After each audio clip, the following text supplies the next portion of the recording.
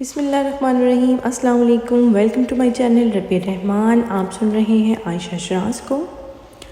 ہمارا آج کا ٹاپک ہے قیامت کے نام۔ لوگوں اپنے رب کے غضب سے بچو۔ حقیقت یہ ہے کہ قیامت کا زلزلہ بڑی ہولناک چیز ہے۔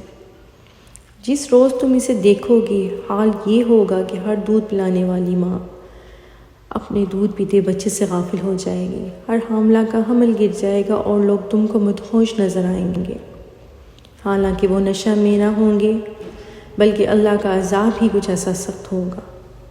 یہ سورۃ الحج کی آیت نمبر 1 اور 2 کا ترجمہ ہے، جس میں قیامت کے دن کے ہولناکی کو بیان کیا گیا ہے۔ قرآن پاک کی کئی اور صورتوں میں بھی قیامت کی ہولناکیوں کا ذکر موجود ہے۔ قیامت عربی کا لفظ ہے جس کے معنی کھڑا کرنا ہے۔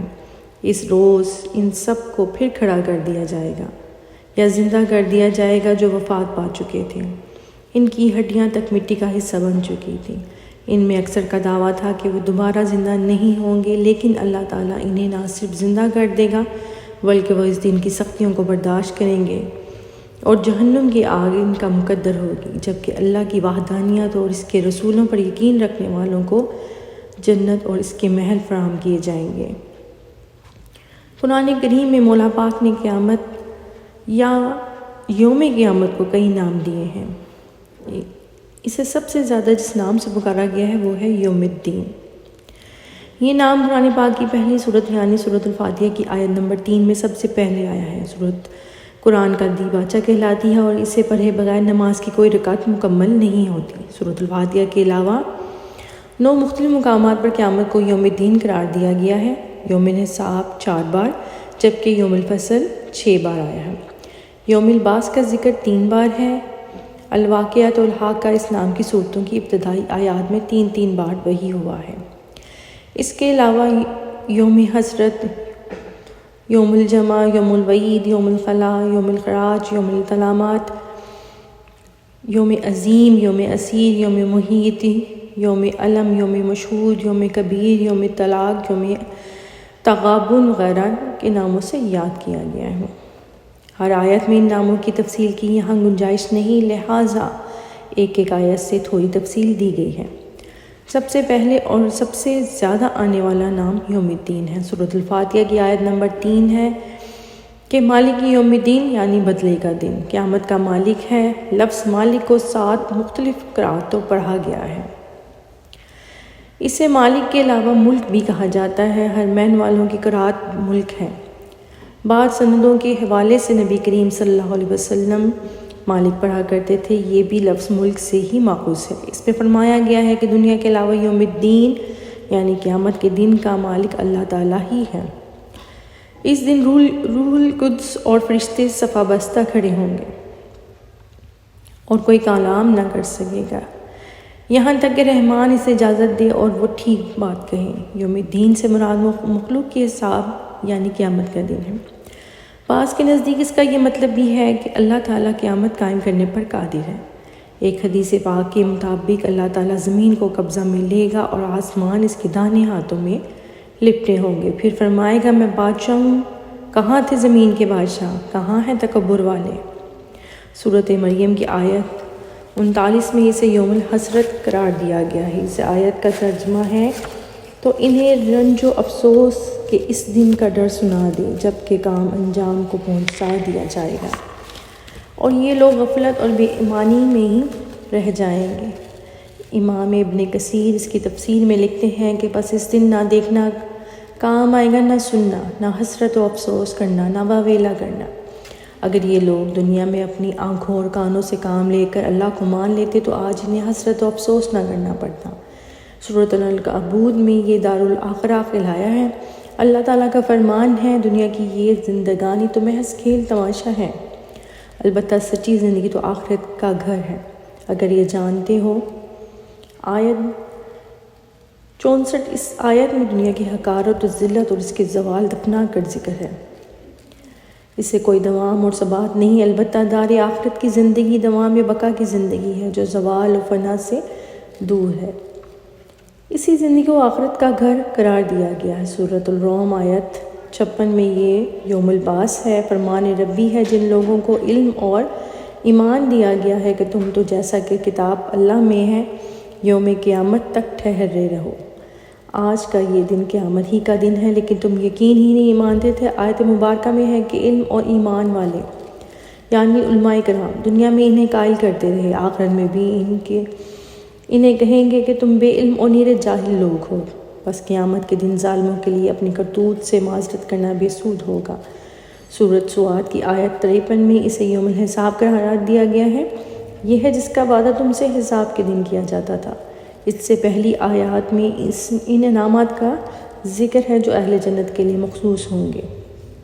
ان انعامات میں کبھی کمی نہ آئے گی اور یہ منقطع بھی نہ ہوں گے۔ سورۃ مومن کی آیت نمبر 32 میں یوم التناد ہے کہ مجھے تم پر ہانک پکار کے دن کا بھی ڈر ہے۔ حدیث پاک میں ہے کہ جب سور پھونکا جائے گا، زمین میں زلزلہ آئے گا، وہ پھٹ جائے گی تو لوگ گھبراہٹ میں ادھر ادھر بھاگنے لگیں گے اور ایک دوسرے کی آواز دیں گے۔ حضرت صحاق وغیرہ کا قول ہے کہ یہ اس وقت کا ذکر ہے جب جہنم لائی جائے گی اور لوگ اس کو دیکھ کر بھاگیں گے اور فرشتے انہیں حشر کی طرف واپس لائیں گے۔ اس صورت کو آیت 39 میں اللہ تعالیٰ کا فرمان ہے کہ میرے گروہ کے لوگوں، حیات دنیا متاع فانی ہے، یقین مانو کہ قرار اور ہمیشگی کے ساتھ آخرت ہی ہے۔ اس آیت مبارکہ میں لفظ دارالقرار استعمال کیا گیا ہے۔ یہ قوم فرعون کے اس مومن مرد کے حوالے سے ہے جو اپنی قوم کی حقیقی خیر خواہی کر رہا تھا۔ وہ انہیں بتاتا ہے کہ دنیا تو دھل جانے والا سایہ اور فنا ہو جانے والا فائدہ ہے، لا زوال اور ہمیشگی والی جگہ تو اس کے بعد آئے گی جو آخرت ہے، جہاں کی رحمت و زحمت ابدی اور غیر فانی ہے۔ آیت نمبر 59 میں الساعات کا لفظ استعمال ہوا ہے۔ باری تعالیٰ فرماتے ہیں کہ یہ ساعت یعنی قیامت یقیناً اور بلا شبہ آنے والی ہے۔ یہ اور بات ہے کہ بہت سے لوگ نہ مانیں۔ اس آیت میں مولا کریم نے ان لوگوں کی تکذیب کی ہے جسے تسلیم نہ کرنے کی ضد میں رہتے ہیں، حالانکہ قیامت کا آنا تو حتمی اور یقینی ہے۔ تفسیر میں ایک یمنی شیخ کا ذکر ہے جو روایت کرتے ہیں کہ قیامت کے قریب لوگوں پر بلائیں برس پڑیں گی اور سورج کی حرارت سخت تیز ہو جائے گی۔ سورۃ الشورى کی آیت نمبر 7 میں فرمایا گیا کہ اسی طرح ہم نے تیری طرف عربی قرآن وحی کیا ہے تاکہ تو مکہ والوں اور اس کے آس پاس کے لوگوں کو آگاہ کر دے اور جمع ہونے کے دن سے جس میں کوئی شک نہیں۔ اس آیت مبارکہ میں لفظ الجمع یعنی جمع کرنا استعمال ہوا ہے، جبکہ ام القریٰ یعنی شہروں کی ماں مکہ کو قرار دیا گیا ہے کیونکہ یہ تمام شہروں سے افضل اور برتر ہے۔ یہاں آس پاس کے لوگوں سے مراد محض مکہ کے نواح میں موجود لوگ ہی نہیں، مشرق و مغرب بلکہ چاروں طرف میں کل زمین پر موجود انسان ہیں۔ کتب احادیث کے مطابق حضرت عبداللہ بن عدی روایت کرتے ہیں کہ میں نے خود رسول اللہ کی زبان مبارک سے سنا کہ آپ مکہ شریف کے بازار خزوہ میں کھڑے ہوئے فرما رہے تھے کہ اے مکہ، قسم ہے اللہ تعالیٰ کی، تو اللہ کے نزدیک اس کی ساری زمین سے زیادہ محبوب اور افضل ہے۔ اگر میں تجھ سے نہ نکالا جاتا تو قسم ہے اللہ کی تجھے ہرگز نہ چھوڑتا۔ اس آیت میں اللہ تعالیٰ نے آپ کو ہدایت کی ہے کہ تو قیامت کے دن سب کو ڈرا دے، جس دن اول و آخر تمام زمانوں کی لوگ ایک میدان یعنی میدان حشر میں جمع ہوں گے اور اس دن کے آنے میں کوئی شک و شبہ نہیں۔ سورۃ کاف کی آیت نمبر 20 میں یہ کہتے ہوئے اسے یوم الوعید قرار دیا گیا ہے کہ سور پھونک دیا جائے گا، بعد عذاب کا دن یہی ہے۔ فرشتے اس کے بارے میں ساری عمر جو کچھ لکھتے رہے ہیں وہ اس دن اس کے سامنے کھول کر رکھ دیا جائے گا کہ پڑھ تو کیا کرتا رہا ہے، یعنی انسان خود اپنا محاسب بنا دیا جائے گا۔ اسی سورت کی آیت نمبر 37 میں یہ یوم الخلود ہے، کہا گیا ہے کہ تم اس جنت میں سلامتی کے ساتھ جاؤ، یہ ہمیشہ رہنے کا دن ہے۔ فرمایا جا رہا ہے کہ اس دن تمہیں یعنی اہل جنت کو ہر عذاب، ہر دکھ، ہر تکلیف سے سلامتی مل جائے گی۔ یوم الخلود کا لغوی ترجمہ روز اول ہے اور جنت میں ہر دن روز اول ہی ہوگا، وہاں روز آخر کبھی نہیں آئے گا۔ سورۃ کاف میں ہی اس دن کو یوم الخروج قرار دیا گیا ہے۔ آیت نمبر 42 میں اور سن رکھ کہ جس دن ایک پکارنے والا قریب سے ہی پکارے گا، جس روز اسے تند و تیز چیخ کو یقیناً سب سن لیں گی، یہ دن ہوگا نکلنے کا۔ اس میں نکلنے سے مراد قبروں سے نکلنا ہے۔ حضرت کعب احبار رضی اللہ عنہ فرماتے ہیں کہ اللہ تعالیٰ ایک فرشتے کو حکم دیں گے کہ بیت المقدس کے پتھر پر کھڑا ہو کر آواز لگائے کہ اسے سڑی گلی ہڈیوں اور اس سے اے جسم کے متفرق اجزاء، اللہ تعالیٰ تمہیں جمع ہونے کا حکم دیتا ہے تاکہ تمہارے درمیان فیصلہ کر دے، پس مراد اس سے سور پھونکا جانا ہے۔ سورۃ النجم کی مختصر آیت نمبر 57 میں اصفات الزفات کہتے ہوئے فرمایا گیا ہے کہ قیامت قریب آ گئی ہے۔ یوم قیامت اللہ کا ہی ہے۔ حدیث میں ہے کہ میں تمہیں کھلم کھلا ڈرانے والا ہوں، یعنی جس طرح کوئی شخص کسی بلا کو دیکھ لے وہ قوم کے قریب پہنچ چکی ہے، اور پھر جس حالت میں ہو اس میں دوڑا بھاگا آ جائے اور قوم کو دفتن متنبہ کرے کہ دیکھو وہ بلا آ رہی ہے، فوراً تدارک کر لو۔ اسی طرح قیامت کی ہولناکیوں میں بھی لوگوں کی غفلت کی حالت میں ان کی بہت قریب ہو گئی ہے، اور نبی کریم صلی اللہ علیہ وسلم اسی سے ہوشیار و خبردار کر رہے ہیں کہ قیامت بہت قریب آ گئی ہے۔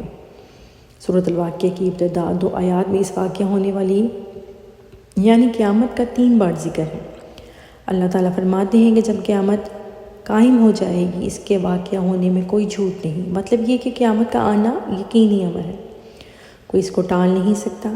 پروردگار نے اس کے لیے جو وقت مقرر کر دیا ہے وہ اس سے ایک لمحہ کی ہے، اس کا کروڑواں حصہ بھی ادھر نہیں ہوگی۔ اصل میں یہ ہمیں خبردار کیا جا رہا ہے کہ اس کے آنے میں پہلے ہی رب کریم کی باتیں مان لو ورنہ خسارے میں رہو گے۔ بات چونکہ طویل ہو رہی ہے لہٰذا قیامت کی کچھ اور نامختصر بیان کر دیتے ہیں۔ سورۃ نازعات یا آیت نمبر 34 میں اسے التامات الکبریٰ قرار دیا گیا ہے۔ فرمان ہے کہ پس جب وہ بہت بڑے ہنگامے قیامت کا دن آ جائے گا، یوم الفصل کا 6 بار ذکر آیا ہے جو فیصلے کا دن ہوگا۔ یوم مشہود یعنی حاضری کا دن ہوگا، اس روز ساری خلقت میدان حشر میں حاضر ہو جائے گی۔ یہ یوم عظیم بھی ہے کہ سزا و جزا کے اعتبار سے یہ سب سے بڑا دن ہوگا۔ یوم عقیم یعنی بانج دن، کیونکہ اس دن کفار کے لیے کوئی بھلائی نہ ہوگی۔ یوم اسیر سخت دن کو کہتے ہیں کیونکہ عذاب کے حوالے سے یہ بہت سخت ہوگا۔ یوم محیط اس لیے ہے کہ مجرموں کو اس دن عذاب اپنے گھیرے میں لے لے گا۔ کفار و مشرکین کے لیے دردناک دن ہوگا، لہٰذا یوم العلیم بھی کہلایا ہے۔ سختی کے حوالے سے یہ یوم کبیر ہے، یہ ملنے کا دن ہے، اس لیے یوم الطلاق ہے۔ اس دن جسم اور روح زمین و آسمان کے اولین و آخرین ظالم مظلوم آپس میں ملاقات کریں گے، جبکہ دوزخی عذاب دینے والے فرشتوں سے ملیں گے۔